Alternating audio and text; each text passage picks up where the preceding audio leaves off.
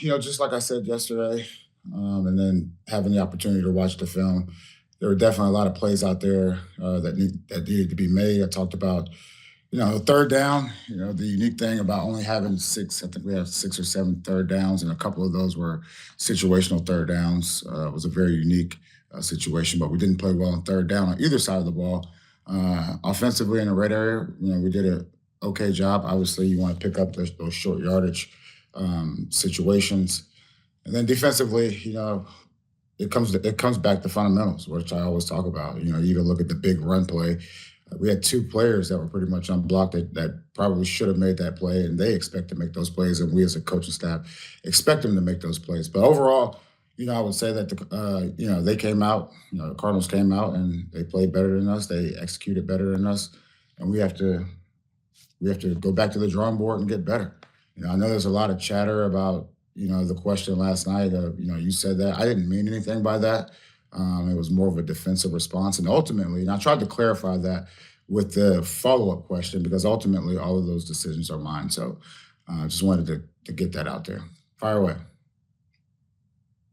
We'll start with Mike Reese, and I anticipate a lot of questions today. So we'll start with a single question. Get back, raise your hand again if you have a follow-up question, and we'll come back to you. Go ahead, Mike. Jerod, what do you mean by defensive response to that question? Yeah, it was just more. I didn't mean anything by it. I just was like, you said it because I didn't want to go down that whole rabbit hole of trying to explain all those things. And like I just said, I tried to clarify that with the follow-up question, saying that all of those critical situations fall on me. Next question, Mike Giardi, followed by Doug Hyde. Continuing on that theme, Jerod, you're on the headset, you're on the channel. If you want Drake to run the ball, you have the right and the power to say, hey, Alex, tell him to run the ball? 100% on me.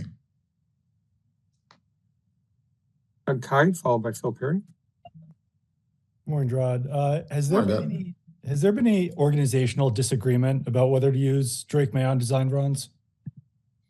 No, look, we have quarterback design runs. Just haven't pulled them out yet. So there's no disagreement. We're all on the same page. I think Alex and the offensive staff do a good job putting together the game plan. I go in there, I offer my 2 cents, and we come out of the room as a unit, all on the same page. Phil Perry, followed by Chris Ryan. Hey, Jerod, has Drake lobbied for those kinds of carries? He mentioned something last night about how he was a good quarterback sneaker in college and he was open to it. Has he talked to you guys or suggested in moments that he would like to do that kind of thing? Yeah, I'm not going to get really into those types of conversations. And again, look, Drake's the ultimate team player. He has been an ultimate team player, and whatever's called, he's going to try to go out there and execute it the best that he possibly can. What I will say is, look, Ramondre is one of our best players on the team, one of our best weapons on offense. And what we did there was ultimately my decision, and thought we could pick it up. Chris Ryan, followed by Yofi Chen. Hey, Jerod, hope all is well with you. Morning. What is the disconnect in your view between the offensive stats and point production, where it feels like, week after week, there's evidence that the team should be scoring more, than it is? Why, in your view, is that not happening? Is that play calling? Is it execution? And how do you fix it? I think overall it's execution. I would say there have been times where we've gone backwards in the red area where we were in a place to score. And, that's tough to do. As soon as you get in the red zone, to go backwards kind of puts you behind the 8 ball. And, we've been up and down as a whole, offensively, defensively in the red area. And we just got to continue to understand that the field is shrinking. There's another player there as far as the middle of the field safety, and everything is about the details and going out there and executing. Yofi Chen, followed by Sophie Weller. Morning, Coach. Yesterday, you mentioned after the game that it sounded like a broken record in terms of your commenting your team's problems on the field. Do you think it's it's because your message was not properly delivered and received by your players, or it was just simply your team is lack of talents? What might be the reason? As far as the messaging being received, that's more of a question for the players. I think, when we go into a week, we're all on the same page as far as the targets that we have to hit to go out there and win the game. And unfortunately, we just haven't been able to do that. Sophie Weller, followed by Mike Reese. Morning, Jerod. I was just Okay. curious about Christian Gonzalez. You've had a matchup against some of the top receivers, and yesterday was Marvin Harrison Jr. What did you see from him in that game, and just what is it about his play that allows him to be such like a lockdown defender? Yeah, he's our best player on defense, and he proved that yesterday. Just a guy that goes out there and competes on a down after down basis, and did a good job for us yesterday. Back to the top of the batting order. We'll start with Mike Reese, followed by Doug Kite. Gerard, prior to the 4th-and-1 run, CBS had a sideline shot of Alex Van Pelt maybe pointing to something, and you're reacting to that. I'm wondering, was that the play clock? And if you could describe maybe what that interaction was, what was going on in that moment? Because it looked like they might have reset it, but it came after 15 seconds possibly. Yeah, that was like we weren't going to get the playoff, so I called a timeout. Is that the play you're referring to? I think it was actually I want to say it was the right before the Ramondre run, so there was no timeout. So it's a 4th down play. I'm not sure. I'm not Okay, sure. What I'll circle back. I'll double check that I have it right. All right. We'll go to Doug Kite, followed by Taylor Kyles. Joe, there was another moment on the broadcast where they showed Robert and Jonathan Kraft, and some of the lip readers out there thought they were talking about the offensive play calling. I'm curious what your thoughts were on that moment, and if they've ever come to you with issues about offensive play calling.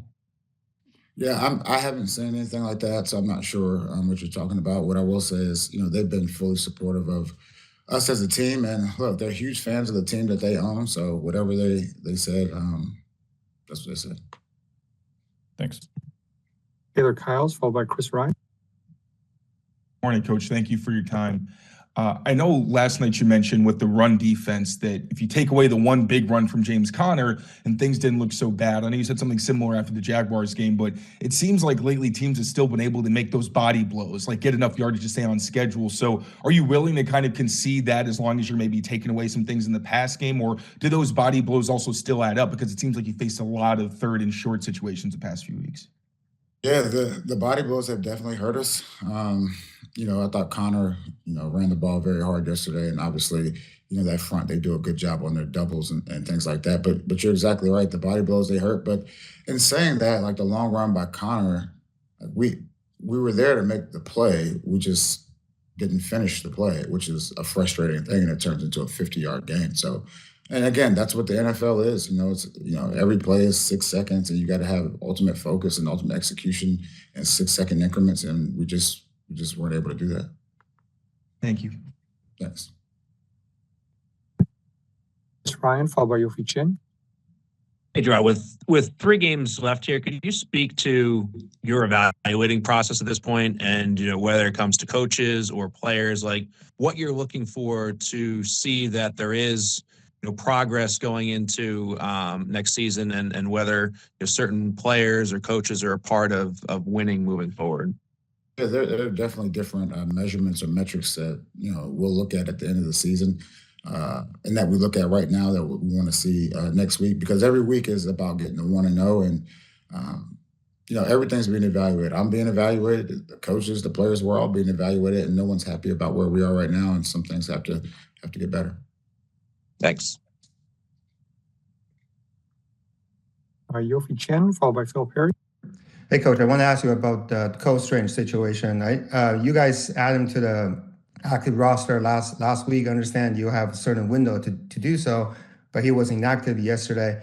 Does it mean that he's still not completely ready for the game actions? What's the situation there, if you can explain a little bit? Yeah, he just wasn't ready to go. 2 final questions, Phil Perry and Mike Reese.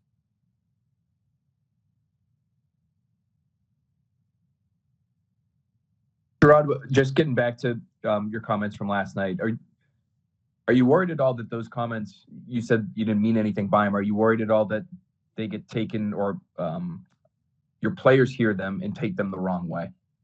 I'm not worried about it. I mean, I feel like, they're gonna see all those things, and they know my heart. They know what I'm trying to, the point that I'm trying to get across. And look, I don't mean anything by it. I didn't mean anything by it. And like I said earlier, I tried to clarify that with the second comment. I have ultimate, respect, and also, for the way that those guys go out there and work every single day. And we just got to start winning some games. And last question, Mike Reese.